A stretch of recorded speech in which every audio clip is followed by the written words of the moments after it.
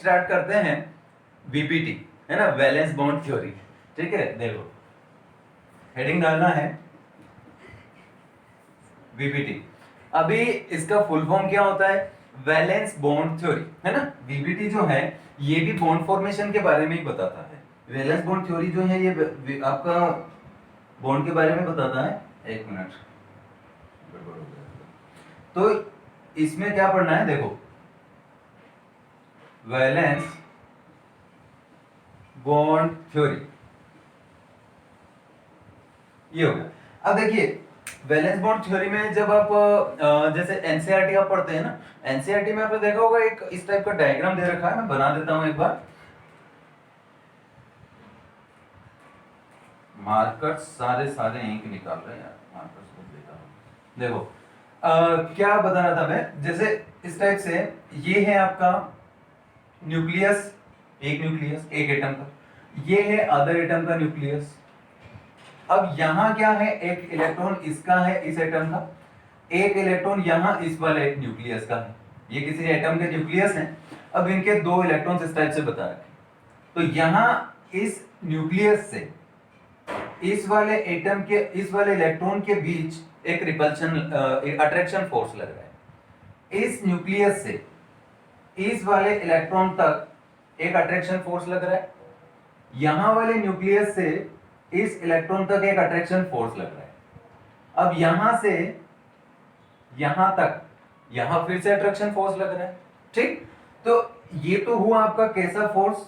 Attractive force, attractive force. ठीक, अब वैसे ही अगर आप यहां बनाते हैं, मैं इसको हटा देता हूं या फिर इधर साइड में बना देता हूं, एक काम करो इसको ऐसे बनाओ कि अगर यहां एक इलेक्ट्रॉन है, यहां न्यूक्लियस है, यहां अदर एटम का न्यूक्लियस है, यहां इलेक्ट्रॉन है, इनके बीच में लग रहा है एक अट्रैक्शन फोर्स, इन सभी के बीच में। यहां अगर ऐसा हो, ये वाला इलेक्ट्रॉन जो ऊपर वाला है आपका इलेक्ट्रॉन और ये इलेक्ट्रॉन, ठीक है, और ये वाला न्यूक्लियस और ये न्यूक्लियस, अब इन दोनों को आप पास लाते हैं तो इनके बीच में, यहां हम कैसा देख रहे थे, न्यूक्लियस एंड इलेक्ट्रॉन के बीच में, यहां nucleus nucleus and electron electron के बीच में।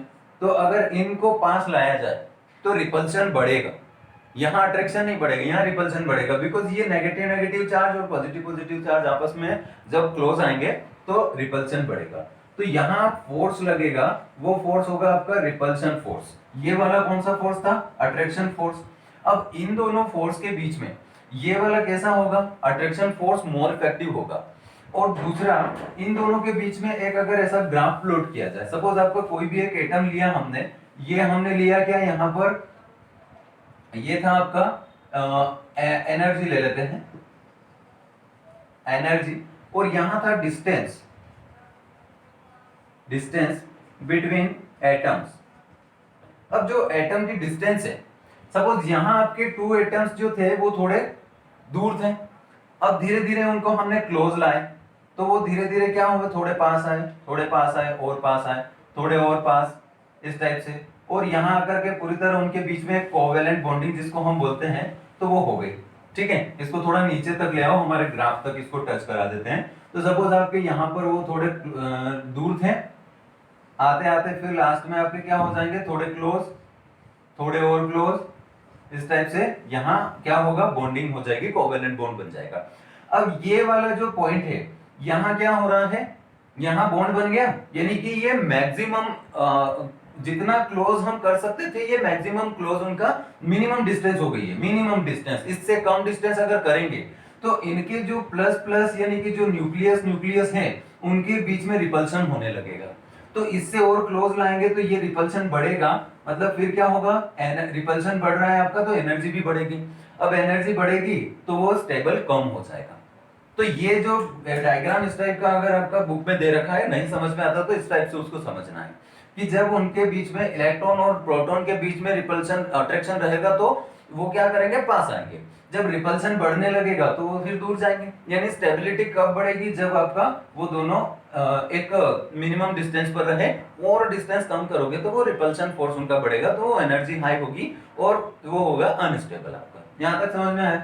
एक पॉइंट ये दे रखा था। नेक्स्ट हम करते हैं पोस्टुलेट्स ऑफ वीबीटी। अब देखिए हेडिंग डालना है पोस्टुलेट्स पोस्टुलेट्स। अब पोस्टुलेट्स मतलब क्या? Factors of this theory, points, main points of this theory, etcetera etcetera, किसी भी नाम से आता है, आपको सेम ये समझना है पोस्टुलेट्स। अब देखिए फर्स्ट पोस्टुलेट इनका था कि half filled orbitals participate in formation of bond.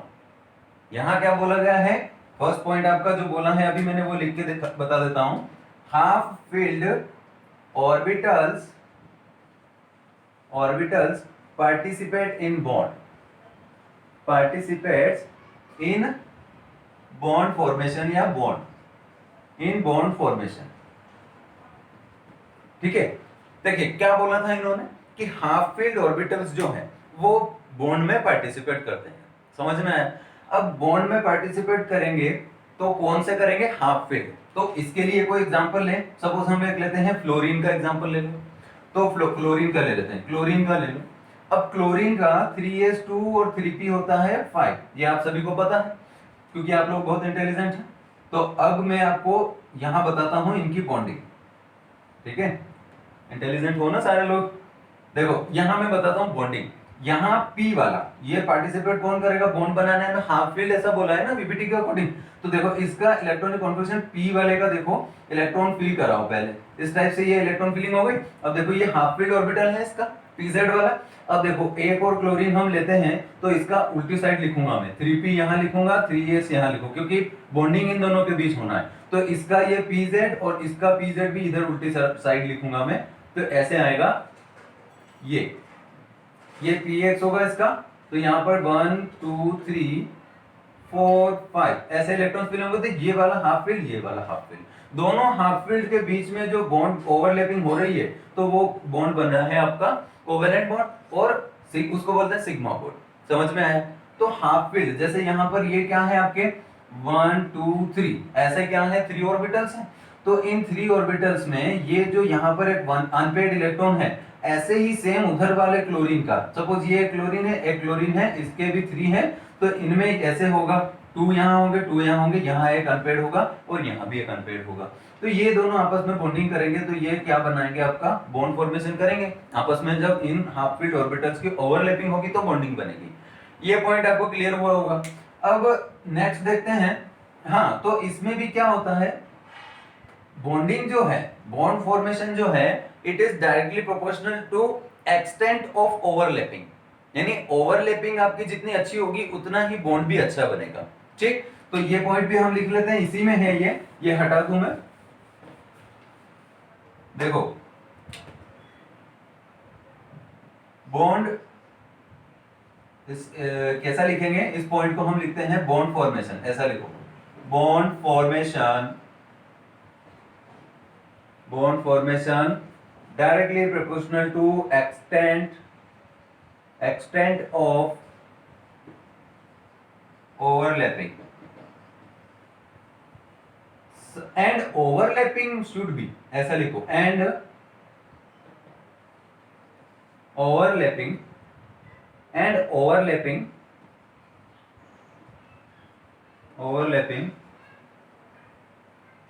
text overlapping to be, ऐसा लिखो, overlapping to be in such a direction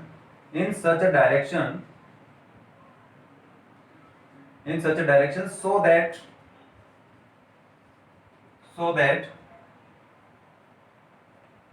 extent of overlapping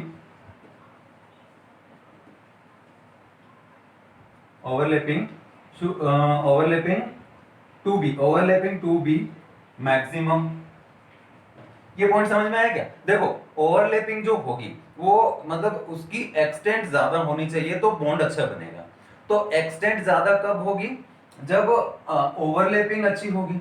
ऐसी डायरेक्शन में ओवरलैपिंग होगी जब उसकी एक्सटेंट भी ज्यादा होगी, मतलब ऐसी डायरेक्शन में होना चाहिए कि एक्सटेंट भी उसका ज्यादा होना चाहिए ओवरलैपिंग का। अब डायरेक्शन से क्या मतलब है? यानी अगर आपका इस टाइप से ये एक्स एक्सिस मानते हैं, ये वाई मानते हैं, ये जेड मानते हैं, तो इनकी डायरेक्शन जो है, सपोज ये डायरेक्शन है आपकी, अब ये डायरेक्शन मतलब क्या है, एक फिक्स डायरेक्शन में या ऐसी डायरेक्शन में होना चाहिए जहां पर ओवरलैपिंग ज्यादा हो। तो ज्यादा ओवरलैपिंग होगी, एक्सटेंट ऑफ ओवरलैपिंग ज्यादा होगा मैक्सिमम, तो वो स्टेबल, वहां पर बॉन्ड ओवरलैपिंग अच्छी होगी और बॉन्ड भी अच्छा फॉर्मेशन होगा। ये पॉइंट हुआ, ये इसी में था फर्स्ट पॉइंट में। अब सेकेंड पॉइंट क्या कहता है, second point is that, second point bond strength.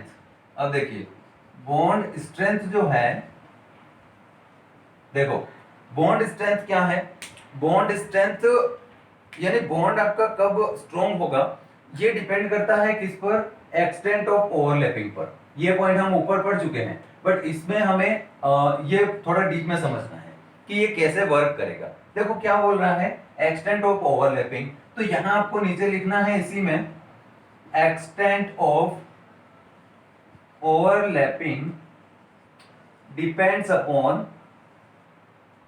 Upon two factors, ठीक है।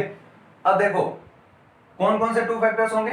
फर्स्ट फैक्टर होगा, क्या बोल रहे हैं वो, कि bond strength directly proportional to extent of overlapping है।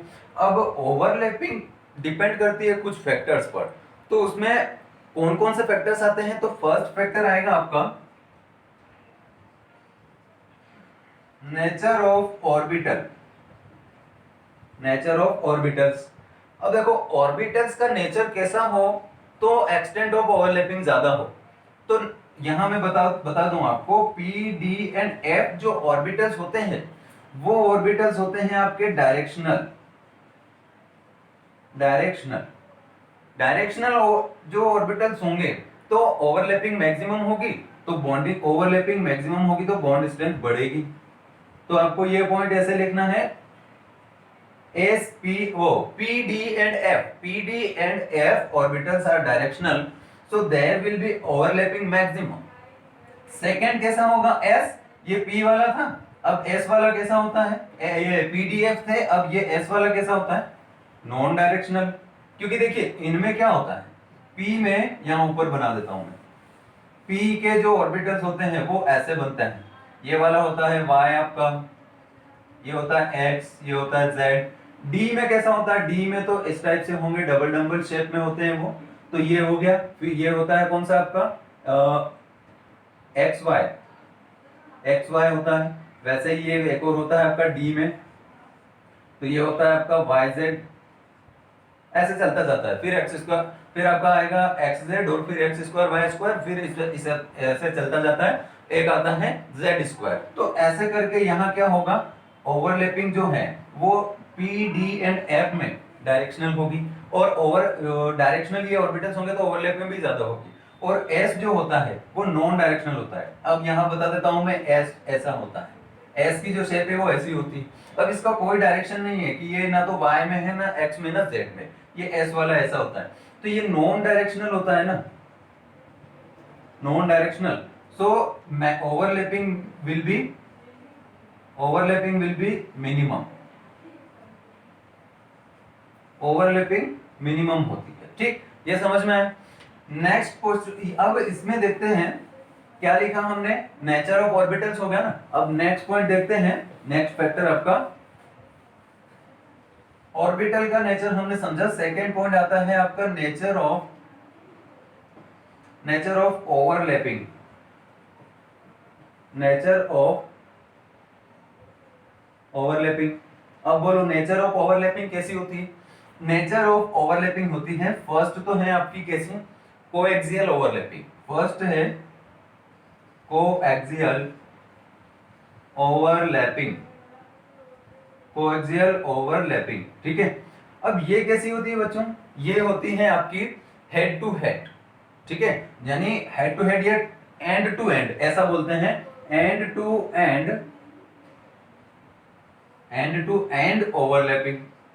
अब एंड टू एंड का मतलब भी आपको समझ में आ ही रहा होगा, नहीं आता हो तो मैं बता देता हूं। देखो कैसा होता है, सपोज ऑर्बिटल जब पार्टिसिपेट करते हैं ना, ऑर्बिटल्स पार्टिसिपेट करते हैं, तो एक एटम का आपका अगर p है तो p का यहाँ पर अनपेड इलेक्ट्रॉन्स कहाँ होने चाहिए, z में, ऐसा। तो ये देखो ये है। तो अब देखो एक और एटम का पी आपस में अगर इसके साथ बॉन्डिंग कर रहा है तो इसके पी में भी आपका क्या होना चाहिए, 1 अनपेयर्ड यहाँ पर, और इधर फिर आपके क्या रहेंगे 2 पेयर्ड वाले, तो वो उधर रहेंगे।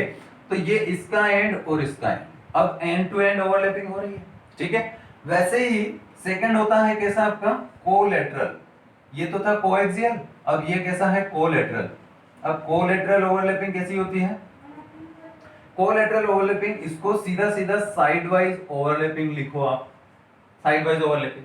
इसका मतलब ये है कि इस टाइप से जो ऑर्बिटल्स रहेंगे, ये जैसे एक ऑर्बिटल ऐसा है आपका तो ये इस डायरेक्शन में है तो ये सिग्मा बॉन्ड बनाता है, और इस टाइप से जो ये वाले साइड वाइज जो ओवरलैपिंग करेंगे ये पाई बॉन्ड का फॉर्मेशन करेंगे, और इसी को हम कोएक्सियल ओवरलैपिंग भी कहते हैं।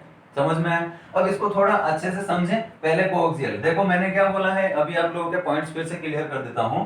पोस्टुलेट्स में हमने फर्स्ट पॉइंट पढ़ा है, उसमें बोला है कि हाफ फील्ड ऑर्बिटल पार्टिसिपेट करेंगे बॉन्डिंग बनाने में। दूसरा पॉइंट उन्होंने बोला है कि बॉन्ड स्ट्रेंथ, तो bond strength directly proportional to extent of overlapping. अब extent of overlapping is dependent on 2 points, तो उन पॉइंट्स में से पहला था नेचर ऑफ ऑर्बिटल, जो डायरेक्शनल होंगे उनमें अच्छा ओवरलैपिंग होगा, नॉन डायरेक्शनल वाले में ओवरलैपिंग मिनिमम होगा। सेकेंड पॉइंट अभी मैंने आपको बताया नेचर ऑफ ओवरलैपिंग, तो नेचर ऑफ ओवरलैपिंग में फर्स्ट होता है कोएक्सियल ओवरलैपिंग, यानी कि वो होता है सीधा एंड टू एंड, और कोएक्सियल कोलैटरल जो ओवरलैपिंग होता है ये होता है साइड वाइज, यानी कि साइड में होगा, ठीक। अब देखते हैं इनको थोड़ा डीप में एक्सप्लेन करते हैं, इनके लिए कुछ एग्जांपल्स भी बता देता हूं मैं आपको। फर्स्ट ये जो अभी हमने लिखा है कोएक्सियल ओवरलैपिंग, तो कोएक्सियल ओवरलैपिंग का पॉइंट डालो यहां पर फर्स्ट, कोएक्सियल ओवरलैपिंग, ठीक है। देखो इसको क्या भी बोलते हैं, head on, head on overlapping, ये इसके बारे में आपको एक स्टेटमेंट लिखना है, तो हेड ऑन ओवरलैपिंग, ये इसको ऐसा लिखना है, it is also called head on overlapping and in this type of overlapping, in this type of overlapping forms sigma bond only, sigma bond only, ठीक है। देखो क्या बोला है कि इस टाइप की जो बॉन्डिंग होगी उसमें क्या होगा, सिग्मा बॉन्ड का फॉर्मेशन होगा, ठीक है। और इसको एक और हेड ऑन ओवरलैपिंग भी बोला जाता है। अब इसके कुछ एग्जांपल्स देख लेते हैं कि S एंड S ऑर्बिटल, ठीक है। देखो इन ये वाली जो बॉन्डिंग हम ओवरलैपिंग समझ रहे हैं, तो इसमें S या S और S में हो सकता है। देखो ये S का इस टाइप से स्ट्रक्चर होता है, इसका शेप कैसा होता है स्फेरिकल, ये वाला S का स्फेरिकल, तो ये क्या बनाएगा आपका SS ओवरलैपिंग होगी ना, तो यहाँ पर इस टाइप से जो बॉन्ड बनेगा इसको हम बोलते हैं कैसा, सिग्मा बॉन्ड, और ये होता है आपका कैसा, कोएक्सियल ओवरलैपिंग। वैसे ही S एंड P में हो सकता है, एस का इस टाइप से स्फेरिकल होता है, पी का ऐसा होता है, ठीक है, ये ऐसा होता है। तो ये वाला जो आपस में बॉन्डिंग करेंगे तो ये कैसे बनाएंगे, ये होगा आपका sp, तो sp बनाएगा आपका, यहां बॉन्डिंग बनेगी, तो ये होगा कौन सा, सिग्मा बॉन्ड, और ये ऐसा होगा, ठीक है, ये ऐसा होगा, यहाँ पर ये है प्लस s वाला और इसका प्लस, तो ये बन रहा है सिग्मा बॉन्ड। s में हो गया, sp में हो गया, pp में भी होगा। pp में कैसे होगा, p एंड p में ओवरलैपिंग जो होती है तो वो ऐसे होती है इस टाइप से। ये देखो ये क्या है, ये वाला एक एटम का p वाला दूसरे एटम का p, तो इनके बीच में यहाँ जो बॉन्डिंग हो रही है सिग्मा बॉन्ड बना रहा है, तो ये है कोएक्सियल ओवरलैपिंग। एंड अब देखते हैं नेक्स्ट, हम किसी भी एटम के एग्जांपल्स में भी इसको आप समझ सकते हैं। सपोज हम एसएस वाला एग्जांपल लेंगे तो हाइड्रोजन, तो हाइड्रोजन में क्या होगा, 1s होता है, तो इसका s, और इस वाले का 1s1 तो इसका s, तो ये दोनों आपस में H2 मॉलिक्यूल कैसे बनेगा, उनके बीच में इस टाइप से बॉन्डिंग होगी। और ये कौन सी बॉन्डिंग है, कौन सी ओवरलैपिंग है, ये कोएक्सियल ओवरलैपिंग, और बॉन्ड कौन सा फॉर्मेशन हो रहा है, सिग्मा बॉन्ड। सेम बाकी के एग्जांपल्स हम देख सकते हैं। नेक्स्ट आते हैं हम कोलेटरल ओवरलैपिंग, तो कोलेटरल ओवरलैपिंग के एग्जांपल देख लेते हैं। पहले तो सेकंड पॉइंट डालो, कोलेटरल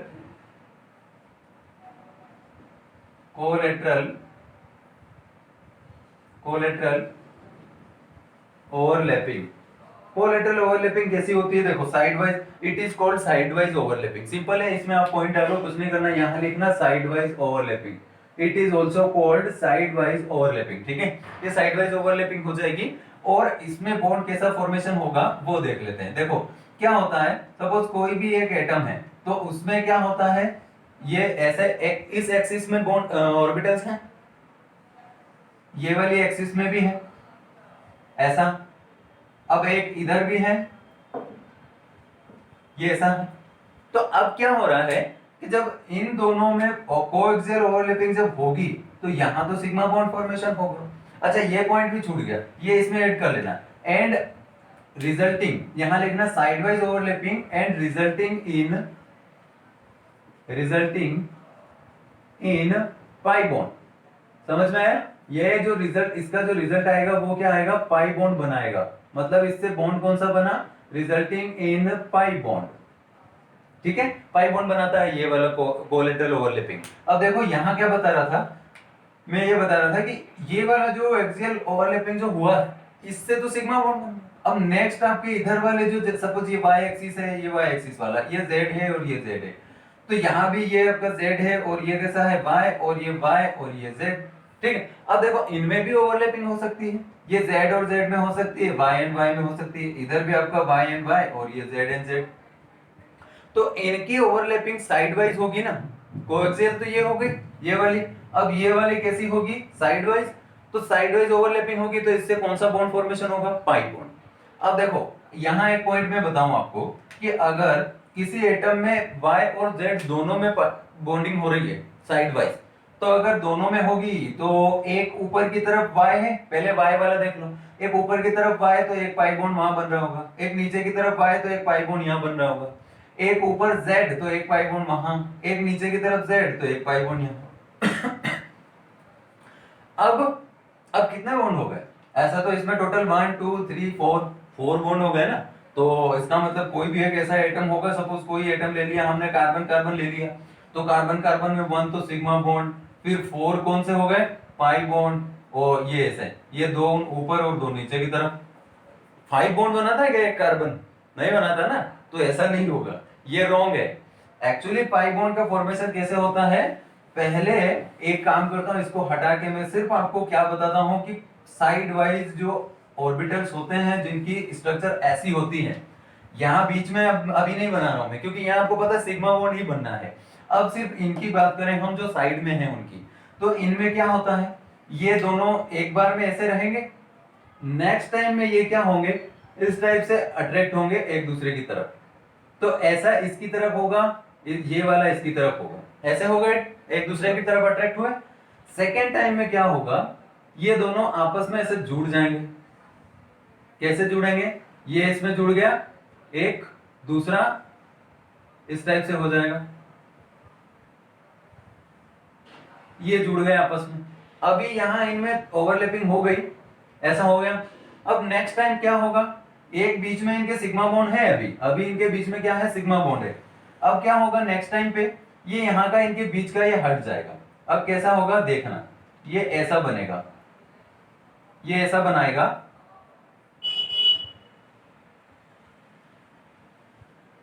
ये ऐसा बनाएगा। अब ये क्या समझ में आया, यहां से ये हट गया ना, ये हटा दो मैं, ये देखो ये हटा दिया मैंने, यहां से इनके बीच में जो दीवार थी हट गई। अब देखो यहां कैसा बन जाएगा,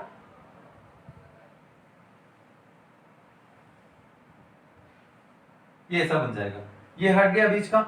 अब तो अभी तक ऐसा था, यहां बीच में आपका सिग्मा बॉन्ड बन रही है। अब नेक्स्ट आगे जाकर के ये क्या करेंगे, दोनों आपस में मिक्स हो जाएंगे। तो दोनों आपस में मिक्स होंगे ना, पहले एक और पॉइंट बता देता हूं मैं, ये तो सिंपल है पॉइंट। अब ऐसा बन जाएगा, ये ऐसा। अब नेक्स्ट आगे जाते जाते कुछ नहीं रहेगा, सिंपल एक आपका कैसा रहेगा, सिग्मा बॉन्ड और एक रहेगा पाई बॉन्ड। समझ में आई बात? तो ऐसे फॉर्मेशन होता है पाई बॉन्ड्स का। ये दोनों अलग अलग नहीं होते हैं, वो आगे जाके मिक्स होकर के एक ही बॉन्ड बना लेते हैं। तो ये हुआ पाई बॉन्ड। अब देखो इसमें कौन कौन से ऑर्बिटल्स होंगे, ये s और s में तो होता नहीं है, तो p और p में होगा, है ना, p एंड p। वैसे ही आपका कैसा हो सकता है, p एंड d में हो सकता है, वैसे ही d एंड d में हो सकता है, क्योंकि d पाई भी पढ़ते हैं हम। ठीक है, तो देखो इसके लिए एग्जांपल्स भी मैं बता देता हूं। एग्जांपल्स क्या हो सकते हैं आपके, p पाई हो सकता है, p पाई d पाई हो सकता है। तो p पाई d पाई कहां होगा, p पाई d पाई होगा आपका ट्रांजिशन मेटल्स में, कोऑर्डिनेशन कंपाउंड वाला हमने पढ़ा है, है ना, तो उनमें क्या होते हैं, पी पाई डी पाई बॉन्ड होते हैं। और बाकी भी जैसे हमने पीरियोडिसिटी वाले चैप्टर्स में भी कुछ एग्जांपल्स पढ़े हैं जिनमें कैसा बॉन्ड फॉर्मेशन होता है पी पाई डी पाई का। कुछ हमने S block element, P block element, इनमें भी कुछ एलिमेंट्स पढ़े हैं जिनमें क्या हो रहा है, कोई जैसे हमने पी ब्लॉक में क्लोरीन का एग्जांपल लिया है, फास्फोरस के एग्जांपल लिए हैं, तो इनके जो एसिड्स बनते हैं, सल्फर के एग्जांपल लिए हैं, तो इनके ऑक्सी एसिड जो बनते हैं उनमें मैक्सिमम पाई बॉन्ड्स रहते हैं वहां पे, ये वाले पाई बॉन्ड रहते हैं वहां पे, डी पी पाई डी पाई बॉन्ड, है ना। वैसे ही डी पाई कहां होते हैं, डी पाई बॉन्ड कहां बनता है, डी पाई बॉन्ड बनता है ट्रांजिशन मेटल्स में। वहां जैसे सेंट्रल मेटल एटम होता है ना, तो वहां ऐसा बनेगा, सपोज ये है आपका क्या, ट्रांजिशन मेटल, ऐसा इसमें इस टाइप से ऑर्बिटल्स हैं,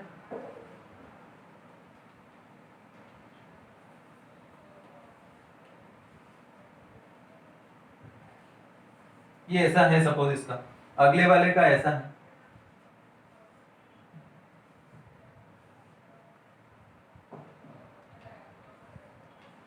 ऐसा है। तो अब इनमें जो इस टाइप से ये जो बॉन्ड बनेंगे ना, ये कैसे होंगे, डी पाई बॉन्ड होंगे, समझ में आया। तो इस टाइप से बच्चों मैंने आपको सारे ये दोनों टाइप के बॉन्ड के ओवरलैपिंग बता दी। अब देखते हैं difference between sigma and pi bond. देखो सिंपल है, छोटा सा पॉइंट है, मैं बता ही देता हूं इसको। देखो सिग्मा एंड पाई बॉन्ड, यहाँ आप बीच में एक इसमें पार्टिसिपेट करके इधर ये अलग अलग पोर्शन करके इस टाइप से बना लो, सिग्मा एंड पाई बॉन्ड। तो ये सिग्मा बॉन्ड है और ये कैसा है, पाई बॉन्ड है। अब ये दोनों पहले पॉइंट में आप क्या डिस्कस करोगे, ओवरलैपिंग। तो ये कैसा होता है, it is formed by coaxial overlapping, formed by coaxial overlapping, ठीक है। ये कैसा होगा, फॉर्म्ड बाय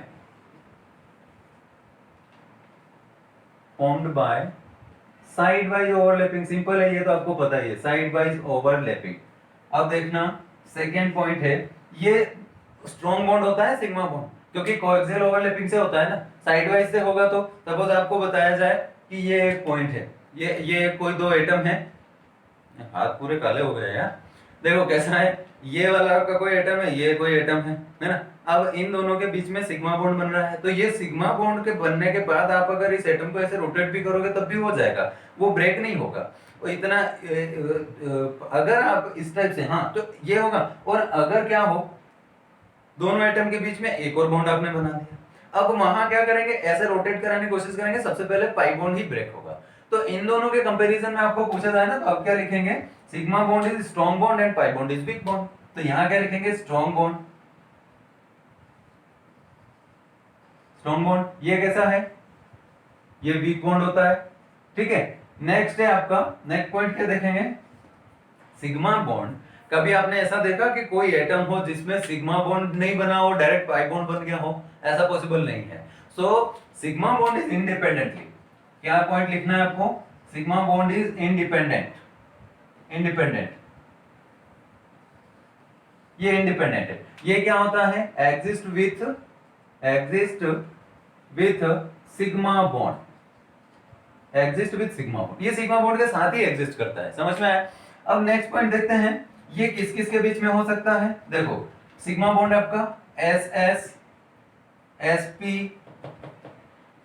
पी और किसके बीच हो सकता है, पी पी, ठीक है। वैसे ही पी एंड, तो ये ऐसे हो सकता है। अब इधर किसके बीच होगा, ये तो यहां तक हुए, यहाँ इसमें ये वाले कौन कौन से हो सकते हैं, पी और पी के बीच में हो सकते हैं, और पी और डी के बीच में हो सकते हैं, ठीक है। यानी कि पी पाई और पी पाई डी पाई, क्योंकि पाई बॉन्ड ही बनाएंगे ना वो। तो इस टाइप से बच्चों ये थे आपके सिग्मा और पाई बॉन्ड में डिफरेंस मैंने करा दिया। अब नेक्स्ट पॉइंट देखते हैं, कौन सी एक्सिस में कौन सा बॉन्ड फॉर्मेशन होगा, ठीक है।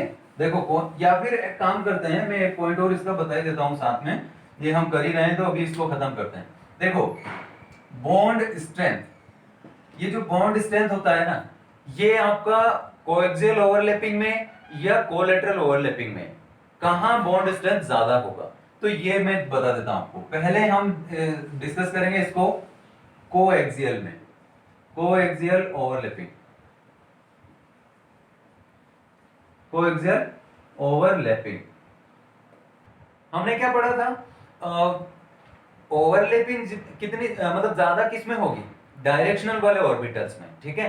तो ओवरलैपिंग डायरेक्शनल ऑर्बिटल्स में ज्यादा होगी ना, तो वहां बॉन्ड क्या होगा आपका, वहां बॉन्ड आपका बॉन्ड स्ट्रेंथ वहां पर बढ़ जाएगी, कोएक्सियल ओवरलैपिंग हो रही है वो माना हमने, बट वहां पर ओवरलैपिंग किस वाले ऑर्बिटल्स की ज्यादा होगी, डायरेक्शनल की। और डायरेक्शनल कौन थे, पी डी और एफ, यानी एस आपका क्या था, एस आपका कैसा था, नॉन डायरेक्शनल था। तो वहां पर सीधा सीधा आपको क्या बताना है कि किसके बीच में जो बॉन्डिंग ओवरलैपिंग जो होगी वो बॉन्ड स्ट्रेंथ को बढ़ाएगी। तो देखना है, देखो P एंड P में मैक्सिमम बॉन्ड स्ट्रेंथ होगी, फिर S एंड P में मैक्सिमम होगी, और फिर क्या होगी P एंड, फिर क्या होगी S और S में, S और S में बाद में होगी, S और P में, ठीक है, इस टाइप से। और फिर एक जो होगी वो होगी आपकी कैसी, P पाई वाली जो होगी, तो वो तो फिर साइड वाइज हो जाएगी।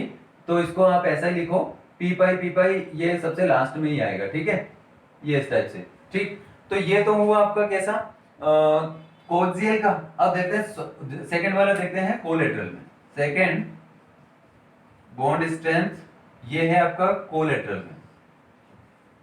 कोलेटरल में बॉन्डिंग जो होगी, कोलेटरल ओवरलैपिंग होगी, उसमें स्ट्रेंथ क्या होगी, देखो कोलेटरल ओवरलैपिंग जो होगी उसमें स्ट्रेंथ, बॉन्ड स्ट्रेंथ कैसे होगी, डायरेक्टली प्रोपोर्शनल आपके सीधा सीधा ऐसे होगी, 2p पाई एंड 2p पाई, ठीक है।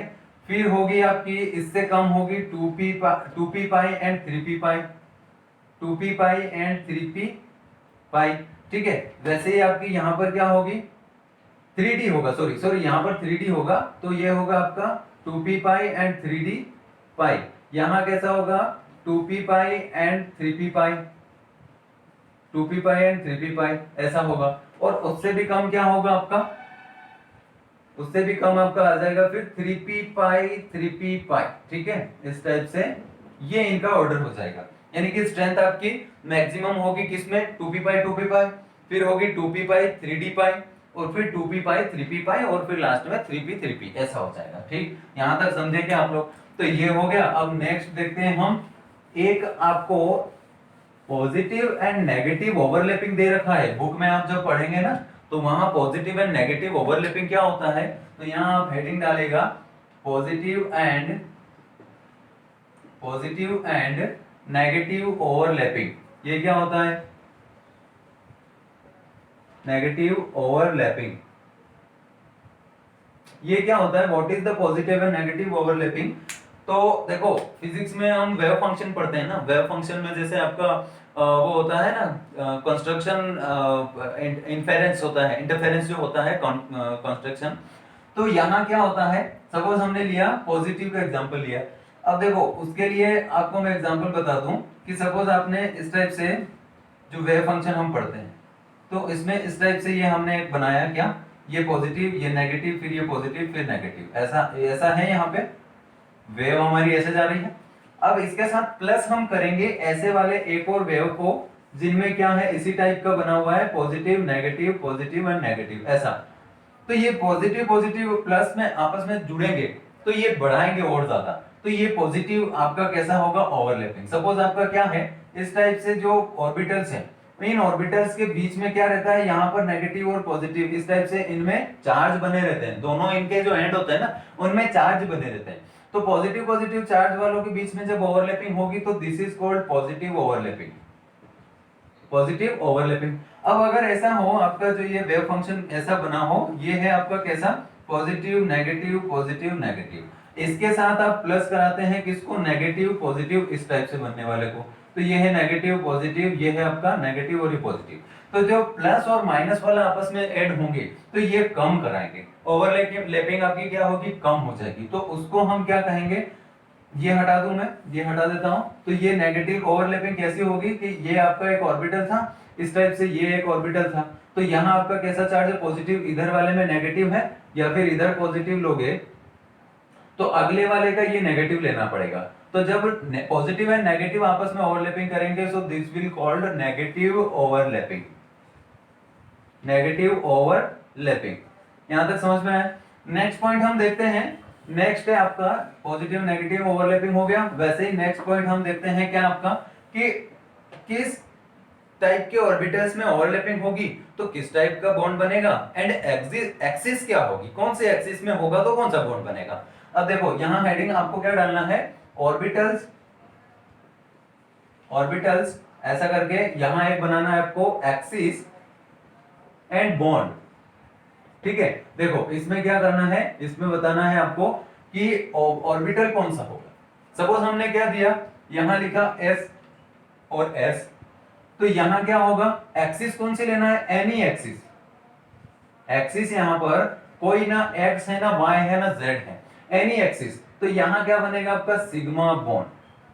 एस एस में आपस में जब भी ओवरलैपिंग होगी तो it will form any in any axis sigma bond only. Next देखते हैं हम सेकेंड, तो ये है आपका S and P x, S and P x. तो यहां एक्सिस कौन सी ले रहे हैं हम, एक्स एक्सिस। यहां कौन सा बॉन्ड बनेगा, sigma bond. S and P Y, S and P Y, तो यहां कौन सा बनेगा, एक्सिस हमने फिर वाई ही ले लिया सपोज, वाई एक्सिस, तो यहां फिर से सिग्मा बॉन्ड बनेगा।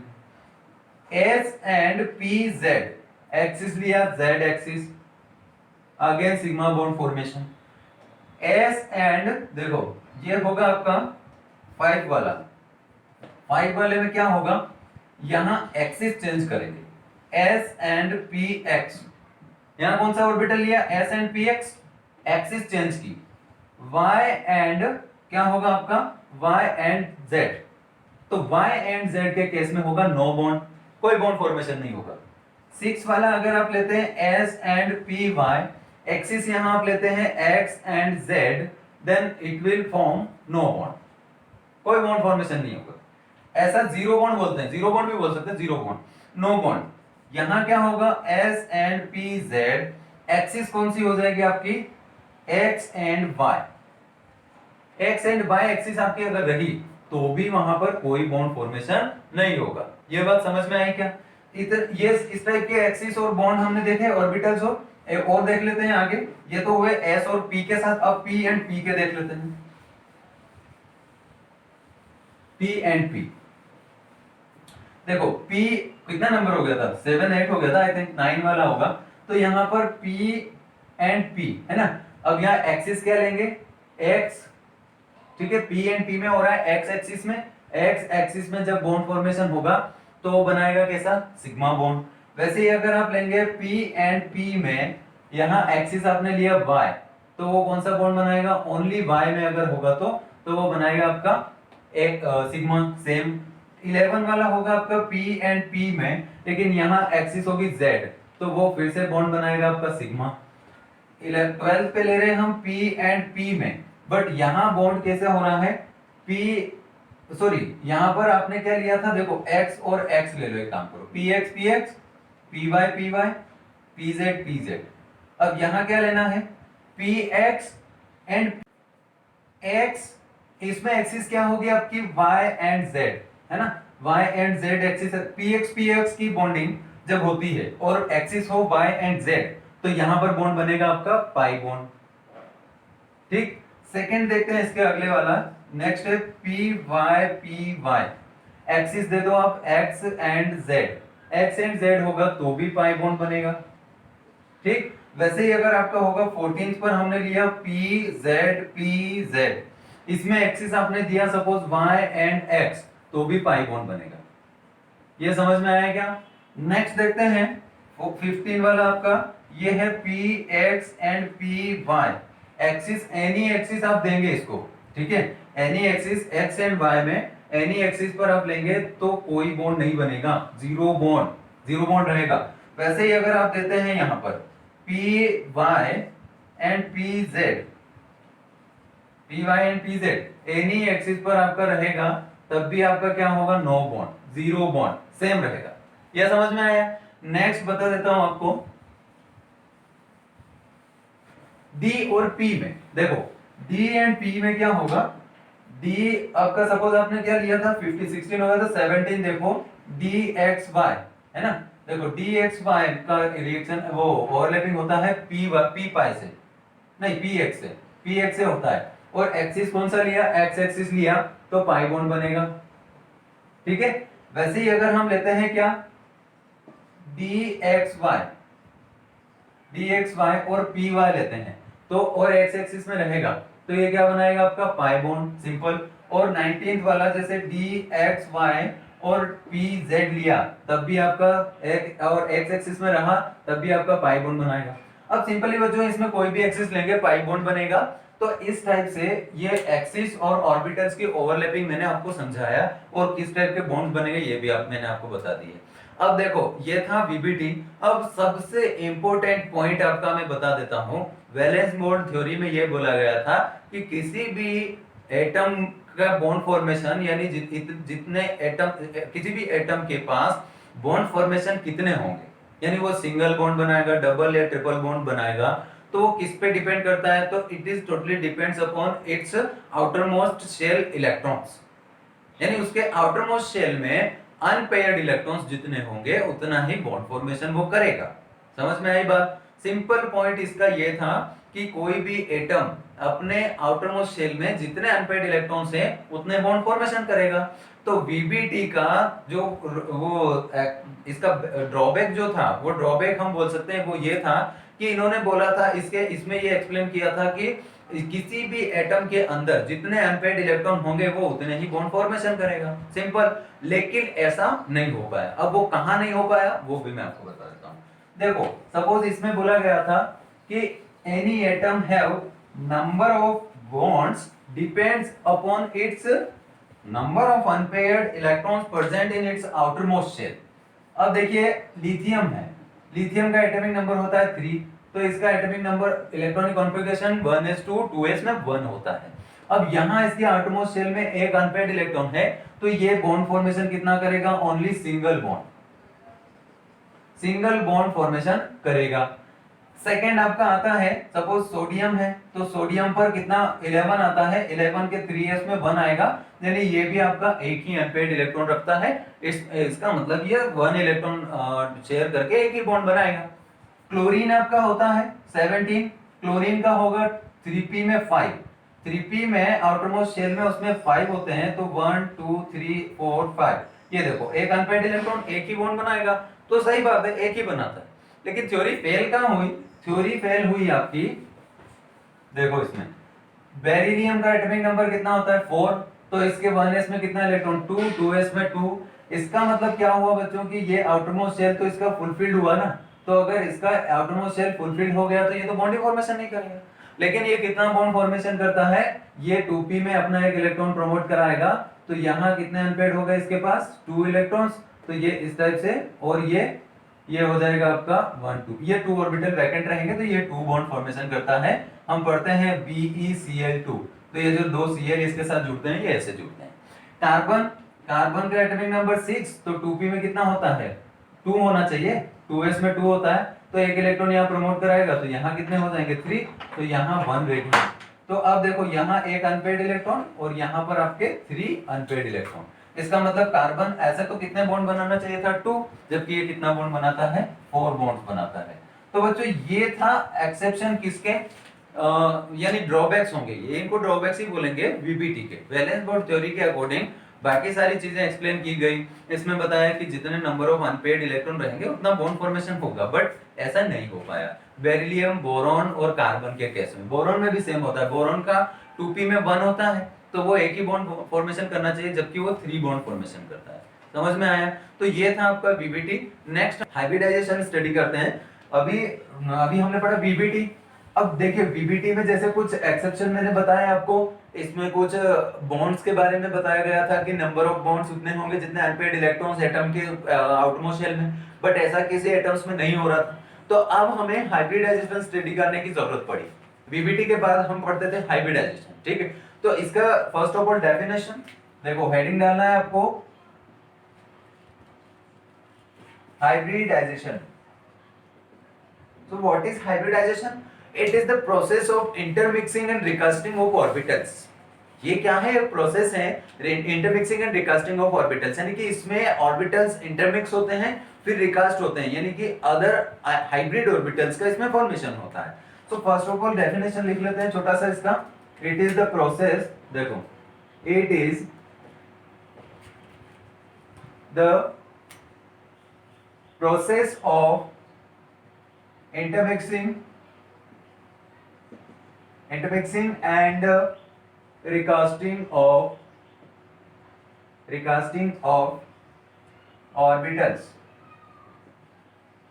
ऑर्बिटल्स। ठीक, अब देखिए इंटरमिक्सिंग कैसे होती है। सपोज आपका एस और पी है, किसी एटम में एस और पी ऑर्बिटल्स रहते हैं। एस ऑर्बिटल्स आपका, और एस ऑर्बिटल आपका कैसा है, स्फेरिकल। पी आपका कैसा होता है, इस टाइप से होता है, ये डंबल शेप में। ये हो गया एक्स, ये हो गया वाई और ये हो गया जेड। तो ये आपस में इंटरमिक्स होंगे। पहले फर्स्ट स्टेप होती है इसकी इंटरमिक्सिंग। तो ये आपस में इंटरमिक्स होकर के फिर क्या करेंगे, न्यू हाइब्रिड ऑर्बिटल्स का फॉर्मेशन करेंगे। तो ये टोटल कितने हैं, पी के कितने हैं 3 एंड एस, तो ये कितने हुए sp3, टोटल 4 हुए। ये जब इंटरमिक्स हो जाएंगे तो ये इस टाइप के ऑर्बिटल्स बनाएंगे, ये हाइब्रिड ऑर्बिटल्स बनाएंगे 4। देखो यहाँ कितने ऑर्बिटल्स थे, s प्लस p के 3 तो 4 थे, तो 4 ये हाइब्रिड, न्यू हाइब्रिड ऑर्बिटल्स बना लेंगे। ये हाइब्रिड ऑर्बिटल्स आपस में क्या करेंगे बाद में, ये करेंगे फिर वो रिकास्टिंग करेंगे। अब ये रिकास्टिंग करेंगे तो इस टाइप के ऑर्बिटल्स बनाएंगे। देखो इनका जो एक पार्ट है, ये एक पार्ट, वन साइड पार्ट इनका बहुत छोटा हो जाएगा और छोटा होकर के ये इस टाइप से हो जाएगा। यानी इसका जो हाफ पार्ट है वो थोड़ा स्मॉल रहेगा और हाफ पार्ट थोड़ा लार्ज रहेगा। तो ये ऐसा हो सकता है, ये ऐसा। अब ये आपस में मिक्स, ये रिकास्टिंग करेंगे, यानी कि ये सारे मिलकर के न्यू ऑर्बिटल्स बनाएंगे। तो कैसे बनाएंगे, ये दो आपस में मिल जाएंगे, तो एक का पार्ट छोटा वाला उस दूसरे वाले के अंदर रहेगा। यानी इसको मैं ऐसे बना सकता हूं, एक आपका ऑर्बिटल ऐसा था, एक और आपका ऑर्बिटल ऐसा है। ठीक है, तो ये क्या करेगा, दोनों आपस में जब मिलेंगे तो इसका पार्ट ये वाला छोटा हो जाएगा, तो ये ऐसा बनेगा। ठीक है, इस वाले का ये पार्ट छोटा हो जाएगा इधर वाला, तो ये ऐसा हो जाएगा, ये ऐसा बनेगा। अब ये इसका पार्ट इसके अंदर की तरफ चला जाएगा जब ये आपस में मिक्स होंगे, तो ये ऐसा बनाएगा, ये ऐसा ऑर्बिटल बना लेगा। इसका जो छोटा वाला पार्ट है इसके अंदर दिखेगा, स्मॉल पार्ट इसका। तो ये ऐसे ऑर्बिटल्स आपस में बनेंगे, दो आपस में मिक्स हुए तो ऐसा बनाया, फिर बाकी के दो और बनेंगे तो वो भी ऐसा ही बनाएंगे। तो वो कैसा बनाएंगे, ये देखो, ये इसका बड़ा वाला पार्ट एक छोटा वाला, और इसका अगले वाले का छोटा वाला पार्ट इसके अंदर, दूसरा इसके अंदर। समझ में आया। तो ये हुआ intermixing and recasting of orbitals, और इससे फिर क्या बने, न्यू हाइब्रिड ऑर्बिटल्स, और उसके बाद फिर बॉन्डिंग होती है, ऐसा कहना है अकॉर्डिंग टू हाइब्रिडाइजेशन। इस थ्योरी का ये कहना है कि ऐसे बॉन्डिंग होती है। अब जैसे यहां हम ये तो डेफिनेशन हो गया। अब क्या, इसके कुछ साइलेंट फीचर्स हैं, कुछ फीचर्स इसके भी हैं, जैसे पोस्टुलेट्स हम बोलते हैं ना, बीबीटी के पोस्टुलेट्स पढ़े थे, वैसे हाइब्रिडाइजेशन के साइलेंट फीचर्स बोलते हैं, उसके भी पोस्टुलेट बोल सकते हैं या पॉइंट्स बोल सकते हैं, कोई वो प्रॉब्लम नहीं है। अब देखिए हेडिंग डालना है आपको, साइलेंट फीचर्स। ये तो मैंने जो बताया है इसको भी आप नोट कर सकते हैं कि ऐसे होता है हाइब्रिडाइजेशन, दो प्रोसेस दो अलग स्टेप्स में होता है, सिंपली आप इसको ऐसा बोल सकते हैं। अब देखिए एक पॉइंट और मैं बता दूं छोटा सा बीच में, कि हाइब्रिडाइजेशन पढ़ना जरूरी क्यों है, क्यों जरूरी बन गया हाइब्रिडाइजेशन पढ़ना, क्योंकि बीबीटी फेल हो गया था। बिकॉज बीबीटी ने क्या बताया था, सपोज आपका बोरोन है, अब बोरोन, बेरिलियम ले लो, बेरिलियम का एटॉमिक नंबर 4 होता है, तो अकॉर्डिंग टू बीबीटी ये क्या होगा, अकॉर्डिंग टू बीबीटी ये है आपका ये बीबीटी के अकॉर्डिंग है इलेक्ट्रॉनिक कॉन्फ़िगरेशन ऑफ बोरोन, लेकिन बेरिलियम तो यहाँ 1s2 2s2 बीबीटी के अकॉर्डिंग होता था। तो इसके अकॉर्डिंग अभी जो हाइब्रिडाइजेशन हम पढ़ रहे हैं इसके अकॉर्डिंग क्या होगा, 1s2 and 2s1 and 2p1 according to hybridization, ये बताया हाइब्रिडाइजेशन। तो इससे क्या पता चला, सीधा सीधा कि इसके पास 2 अनपेयर्ड इलेक्ट्रॉन्स है, तो ये बॉन्ड 2 बॉन्ड फॉर्मेशन करेगा। तो ये था रीजन, ये है, इस वजह से हम हाइब्रिडाइजेशन स्टडी करते हैं। अब नेक्स्ट पॉइंट आपको मैं बता रहा था, salient features of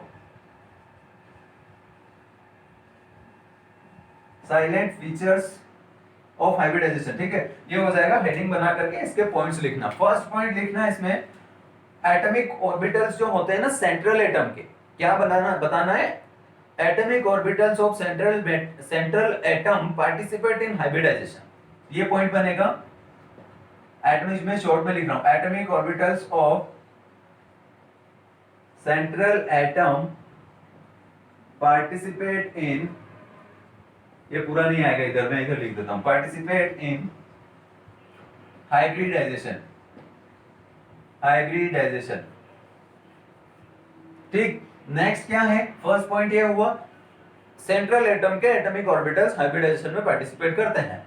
second point होता है एटॉमिक ऑर्बिटल्स में बी फुलफिल्ड। देखो एफ एफ क्या लिख रहा हूं यहां पर, फुलफिल्ड और हाफ फिल्ड। फुलफिल्ड हो सकते हैं, हाफ फिल्ड भी हो सकते हैं। थर्ड पॉइंट होगा इनकी एनर्जी भी सेम हो सकती है और नियरली सेम भी हो सकती है। So energy of, third feature था इसका, एनर्जी ऑफ एटॉमिक ऑर्बिटल्स में सेम और नियरली सेम, और नियरली सेम ये हो सकता है। फोर्थ पॉइंट था atomic orbitals are equal to the hybrid orbitals. Atomic orbitals जो पार्टिसिपेट कर रहे हैं ये number of atomic orbitals and number of hybrid orbitals are same होते हैं, यानी कि वो इक्वल होते हैं एक दूसरे के। समझ में आया? अब नेक्स्ट पॉइंट है इसका कि जो हाइब्रिड ऑर्बिटल्स होते हैं,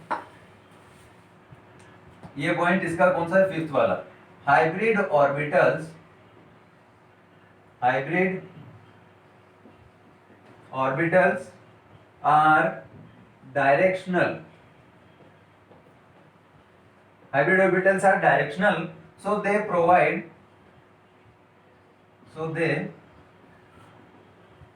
provides geometry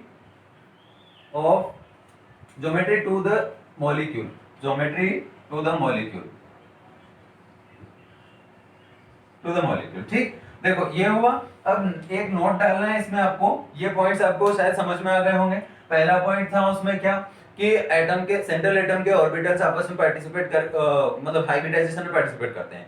दूसरा वो फुलफिल्ड या हाफ फिल्ड हो सकते हैं। थर्ड था कि उनकी एनर्जी सेम और नियरली सेम हो सकती है। फोर्थ क्या था कि वो number of atomic orbitals are equal to the number of hybrid orbitals. और फिफ्थ है आपका hybrid orbitals are directional, so they provide geometry to the molecule. किसी मॉलिक्यूल को वो ज्योमेट्री देते हैं कि वो टेट्राहेड्रल होगा, ट्राइगोनल होगा या ऑक्टाहेड्रल होगा। सारे चीजें हाइब्रिडाइजेशन में जो हाइब्रिड ऑर्बिटल्स होते हैं वही आपको वो डिसाइड करते हैं कि ज्योमेट्री कैसा होगा। अब नेक्स्ट था एक नोट डालना है यहाँ पर। एक नोट क्या डालेंगे आप, देखो नोट है, नोट ये डालना है hybrid orbitals, hybrid orbitals, hybrid orbitals forms sigma bond only and unhybrid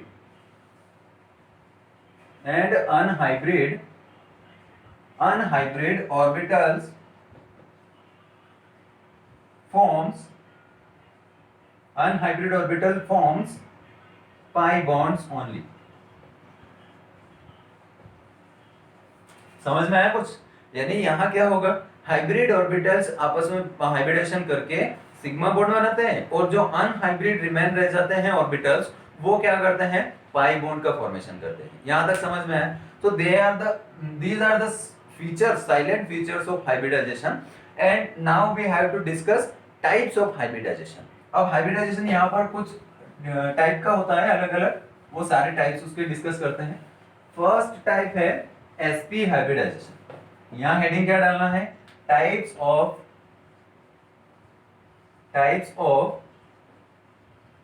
hybridisation. देखो फर्स्ट है आपका, फर्स्ट sp हाइब्रिडाइजेशन। सिंपल है, sp हाइब्रिडाइजेशन में क्या होगा, कितने ऑर्बिटल्स पार्टिसिपेट करेंगे किसी भी एटम के, s प्लस, एक तो s रहना ही है और p भी साथ में रहेगा। बट यहाँ किस टाइप का है, sp है, तो sp में s और p का या तो x हो सकता है और मे बी py और मे बी pz, इन तीनों में से कोई एक हो सकता है। तो ये फॉर्म क्या किस टाइप का हाइब्रिडाइजेशन करेगा, sp टाइप का हाइब्रिडाइजेशन होगा। ठीक, अब इसमें क्या होगा, sp हाइब्रिडेशन हुआ। अब देखना है इसमें सबसे पहला एक तो होगा आपका बॉन्ड एंगल। यहां जब ये हाइब्रिडाइजेशन होगा तो इसमें बॉन्ड एंगल कौन सा होगा, तो बॉन्ड एंगल होगा यहाँ पर 180 डिग्री, क्योंकि इसका ज्योमेट्री जो है, ज्योमेट्री कैसा बनेगा, लीनियर, लीनियर ज्योमेट्री होगा। ठीक, और क्या होगा, ज्योमेट्री और बॉन्ड एंगल हो गया। अब देखते हैं किसी मॉलिक्यूल का एग्जांपल लेकर के, तब उससे और अच्छे से समझ में आएगा। तो देखो बॉन्ड एंगल एंड ज्योमेट्री हो गया। अब देखते हैं शेप भी होगा, अगर एक शेप भी पूछा जाता है तो शेप भी आपका लीनियर ही होगा। अब देखते हैं कोई एग्जांपल लेकर के देख लेते तो थोड़ा अच्छे से समझ में आएगा कि एसपी कैसे हाइब्रिडाइजेशन हो रहा है। सपोज हमने लिया क्या, यहां लिया BeCl2 है ना। देखो ये जो बेरिलियम होता है, बेरिलियम के साथ 2 क्लोरीन की जब रिएक्शन होती है तो ये क्या बनाता है, BeCl2। तो BeCl2 ये आपका एग्जांपल है। इसमें हमें हाइब्रिडाइजेशन देखना है कैसे बनेगा। बेरिलियम जो होता है, एटॉमिक नंबर तो आप जानते ही है 2s2 होता है। तो इसका एक इलेक्ट्रॉन कहां जाता है, 2p में, तो 2p1 हो जाएगा, इस टाइप से अनपेयर।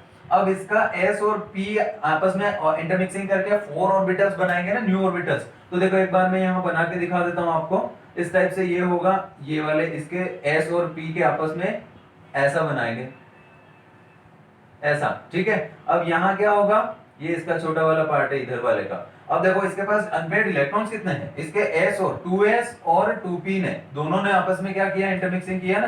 तो इसके पास यहाँ ये 2 वैकेंट है।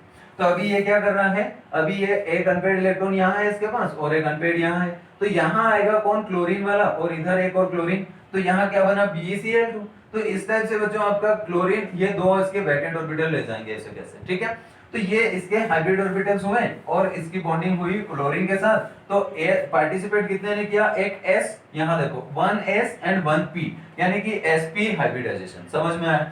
ऐसे ही एग्जांपल और भी हम ले सकते हैं। उनमें क्या होता है, जैसे सपोज हमने लिया है क्या, CH2 डबल बॉन्ड, ये या फिर ऐसा लगता है C2H4। इसका मतलब क्या होता है, C डबल बॉन्ड C और 2 हाइड्रोजन उसके साथ है, 2 हाइड्रोजन्स, तो ऐसा बन जाएगा ये हाइड्रोजन्स।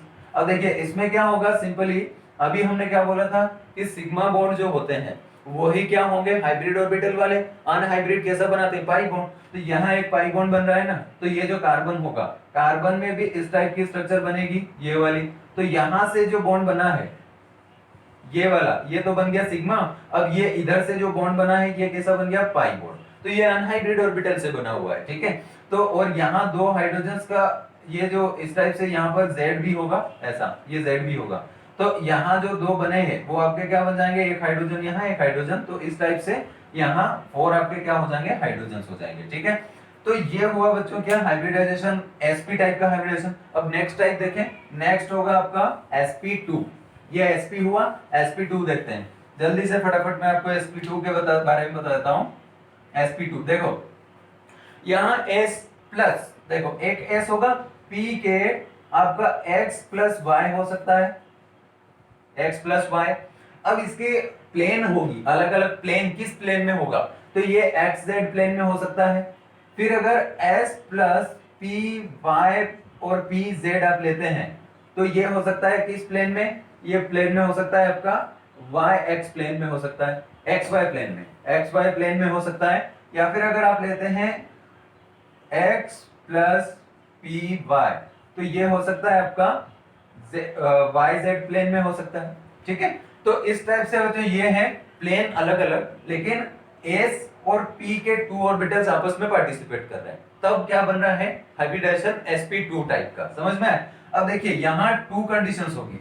फर्स्ट कंडीशन क्या होगी कि यहाँ इसके पास एक s और p के 2 पार्टिसिपेट कर रहे हैं, मतलब टोटल हुए 3। तो 3 में अगर 3 बॉन्ड पेयर्स हैं और लोन पेयर आपका एक भी नहीं है, 0 लोन पेयर, तो इसमें अलग कंडीशन बनेगी। क्या कंडीशन बनेगी कि देखो 3 बॉन्ड पेयर, एक भी लोन पेयर नहीं है, तो बॉन्ड एंगल क्या बनेगा, अभी हमने बताया था आपको, उस वाले में sp वाले में बॉन्ड एंगल अलग था, यहां बॉन्ड एंगल होगा 120 डिग्री। अगर तीनों बॉन्ड पेयर हैं और तीनों ही आपस में आराम से बॉन्ड बना रहे हैं 3 एटम्स के साथ, तो वहां पर कोई लोन पेयर नहीं है, मतलब वो क्या करेगा, वो आपका sp2 हाइब्रिडाइजेशन बनाएगा, बॉन्ड एंगल होगा 120 डिग्री और ज्योमेट्री होगा उसका क्या, ज्योमेट्री होगा सीधा simple trigonal planar. Trigonal planar उसका ज्योमेट्री होगा, ट्रायगोनल प्लेनर ज्योमेट्री। शेप भी सेम होगा, ठीक है, सेम शेप होगा क्योंकि वहां कोई लोन पेयर नहीं है। तो एक कंडीशन ये बनती है। अब एक और कंडीशन देखते हैं, ये हटा देता हूं मैं। नेक्स्ट कंडीशन ये हो सकती है कि 2 bond pair plus 1 lone pair हो जाए। ठीक है, तो अगर 2 बॉन्ड पेयर और एक लोन पेयर रहेगा तो वहां पर बॉन्ड एंगल कितना हो जाएगा? बॉन्ड एंगल होगा आपका 109.5, क्योंकि लोन पेयर क्या करता है, बॉन्ड एंगल को कम करता है, तो 109.5 हो जाएगा। अब ये क्या हुआ 109.5, तो बॉन्ड एंगल। अब ज्योमेट्री कैसा होगा वहां पर? ज्योमेट्री होगा आपका ये होगा ज्योमेट्री कैसा? ट्रायगोनल।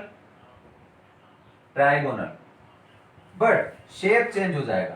देखो एक इंपॉर्टेंट पॉइंट ये है कि बॉन्ड जो bond pair and lone pair होते हैं ना, तो जो लोन पेयर्स होते हैं उनको हाइब्रिडाइज उनको ज्योमेट्री में कंसीडर किया जाता है, बट शेप में कंसीडर नहीं किया जाता है।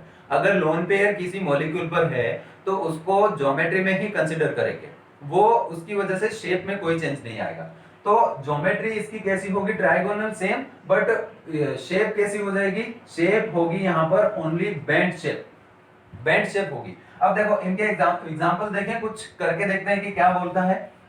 हाइब्रिडाइजेशन sp2 टाइप का आपका क्या बोलता है, देखते हैं। अच्छा यहाँ मैं इस पे sp2 लगाना भूल गया था शायद, अभी लगा लेना पहले से आप। ठीक है, तो ये एग्जांपल करते हैं। एग्जांपल में 3 बॉन्ड पेयर वाले करते हैं। फर्स्ट एग्जांपल किसका करते हैं? 3 बॉन्ड पेयर्स वाले जिन पर कोई लोन पेयर ना हो।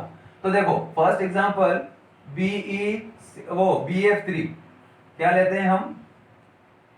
अच्छा सॉरी कौन सा हो गया था? BF3, हाँ BF3 ही लेते हैं। BF3 देखो क्या बनाएगा BF3? बोरॉन का एटॉमिक नंबर क्या होता है? 2s2 और 2p1 ऐसा होता है, 2p2 हो जाएगा।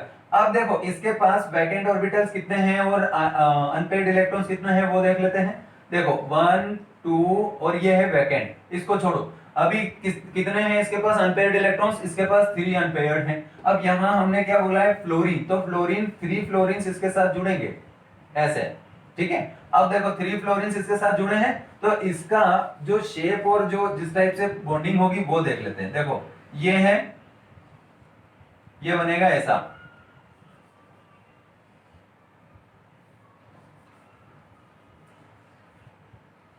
ये ऐसा बनाएगा है। ठीक है, तो इस टाइप से ये आपस में क्या करेंगे? इस टाइप से 3 जो इसके अभी हमने देखे थे S प्लस P के कितने थे? P के सिर्फ 2 थे, तो ये आपस में ओवरलैपिंग करके ऐसा हाइब्रिडाइज्ड ऑर्बिटल बनाएंगे। अब यहाँ कौन जुड़ेगा आपका? फ्लोरीन आकर के। तो ये इधर वाला फ्लोरीन है, ये फ्लोरीन के भी इस टाइप के ऑर्बिटल्स होंगे, तो ये एक फ्लोरीन यहाँ भी जुड़ेगा, एक फ्लोरीन यहाँ भी जुड़ेगा। यानी कुल मिला के ये ऐसा बन रहा है ट्राइगोनल। तो ये हुआ BF2 का एग्जांपल। यहाँ किस टाइप का हाइब्रिडेशन हो रहा है? sp2 टाइप का। यानी इसमें सिंपल सा आपको याद रखना है S और P के 2 पार्टिसिपेट करेंगे ऑर्बिटल्स। ठीक है, अब देखते हैं 3 बॉन्ड पेयर तो हो गया। अब देखते हैं और क्या हो सकता है। थर्ड एक और कंडीशन जो थी आपकी, एक और कंडीशन कैसी थी कि अगर इसमें और भी हो सकता है। अच्छा एक होता है SO3। SO3 कैसा बनता है? देख इसको भी देख लेते हैं, क्योंकि अभी हमने एक BF3 का एग्जांपल देखा, वैसे ही हम इसको भी देख लेते हैं SO3। ठीक है, अब देखो सल्फर के साथ कितने ऑक्सीजन? 3 ऑक्सीजन। क्या करेगा? ये बॉन्ड बनाएगा, double bond double bond double bond. ठीक, अब क्या हुआ यहां पर 1 सिग्मा एंड 1 सिग्मा, ये तीनों सिग्मा ही हाइब्रिडाइजेशन में कंसीडर किए जाते हैं। पाई बॉन्ड्स को तो हम कंसीडर नहीं करते हैं। तो सिग्मा बॉन्ड कितने बन रहे हैं? 3। तो 3 में से हम क्या करेंगे? एक S और 2 P के मान लेंगे, तो ये बन रहा है आपका कैसा? sp2 hybridisation. चाहो तो इसको और बना के बता देता हूं कि सल्फर जो है आपका एटॉमिक नंबर कितना होता है? 16। तो इसका होता है आपका 3s2 और 3p4 होता है। 3s2 में 3p में 4 होता है। अब देखो ये क्या करेगा? ऑक्सीजन्स आपके ऑल ऑक्सीजन्स फॉर्म्स 2 बॉन्ड्स, वो दो बॉन्ड बनाते हैं हर ऑक्सीजन। तो क्या होगा? देखो 2 इलेक्ट्रॉन्स यहां पर है, ये ऐसा। अब यहां ओनली 2 इलेक्ट्रॉन्स अनपेयर्ड है और ऑक्सीजन्स कितने हैं? 1 2 3 ऑक्सीजन्स ऐसा। अब क्या होगा? एक्साइट होगा ये, इसको एक्साइटेड कराएंगे तो पहला ये आपका यहां से इलेक्ट्रॉन प्रमोट कराएगा किसमें, 3D में। 3D में 1 इलेक्ट्रॉन प्रमोट कराया इसने यहां से, तो ये यहां पर कितने इलेक्ट्रॉन्स हो गए इसके पास, 1 अनपेयर्ड। फिर S से भी कराया तो 1 अनपेयर्ड। अब देखो आपके पास ऑक्सीजन है, फर्स्ट यहां सिग्मा बॉन्ड बनाया इसने, अगेन इसका पाई बॉन्ड कहां बना, डी में, ठीक है। एक अगला वाला ऑक्सीजन यहां सिग्मा बॉन्ड बनाया, पाई बॉन्ड इसने बनाया डी में। ये वाला ऑक्सीजन यहां सिग्मा बॉन्ड बनाया और पाई बॉन्ड बनाया कहां, पी में। ये समझ में आ रहा है क्या, क्या बोल रहा है वो, कि अगर आप ऐसा बनाते हैं SO3 तो ये बनेगा आपका 3 डी पाई पी पाई बॉन्ड बनेंगे, 1 2 3। क्या कितने बॉन्ड बन रहे हैं इसमें, 2 बॉन्ड आपके बन रहे हैं, देखो 2 बॉन्ड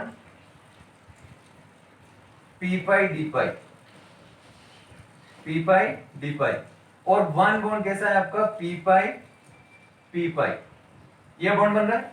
तो 3 डी पाई पी पाई और पी पाई बॉन्ड बन गए, बाकी 3 कैसे हैं, सिग्मा बॉन्ड्स।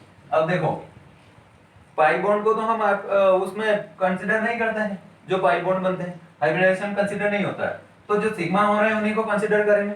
तो एक एस हो गया, पी के कितने हो गए, 2, तो sp2 हाइब्रिडाइजेशन, सिंपल है, समझ में है। अब शेप भी इसकी ऐसी सेम होगी जो अभी हमने बताई ट्राइगोनल होगी।